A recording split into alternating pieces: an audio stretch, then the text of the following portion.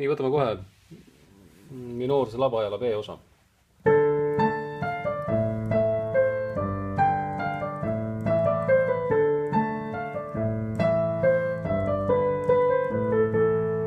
Vaatame üle ka sõrmestuse. Kõigepealt on oktaavi hüpe. Edasi kohe me oleme nagu uues kohas käega, et seda pöialt ei ole kindlasti mõtet siia A peale jätta vedelema, sellepärast, et teda ei ole seal vaja. Pange pöial kohe siia D-noodi peale.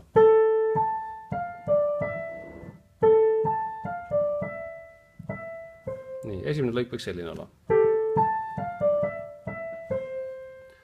Nüüd jätkake D-noodist teise sõrmega.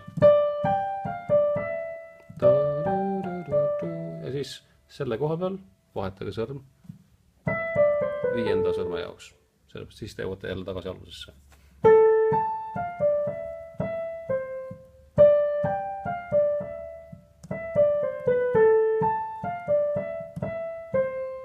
Ja nüüd lõpus on see käik, mis on juba tuttav. Võtame B-osa ka.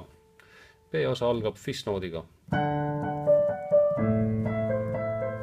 Saad mängida eri sõrmedega, ma praegu mängisin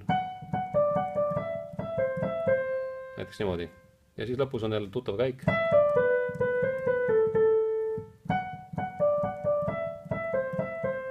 Viiendaga. Ja siin läheb tegelikult meloodia natukene keerulisemalt, aga õppige teie praegu niimoodi ära. Ja vasakus käes on D ja A.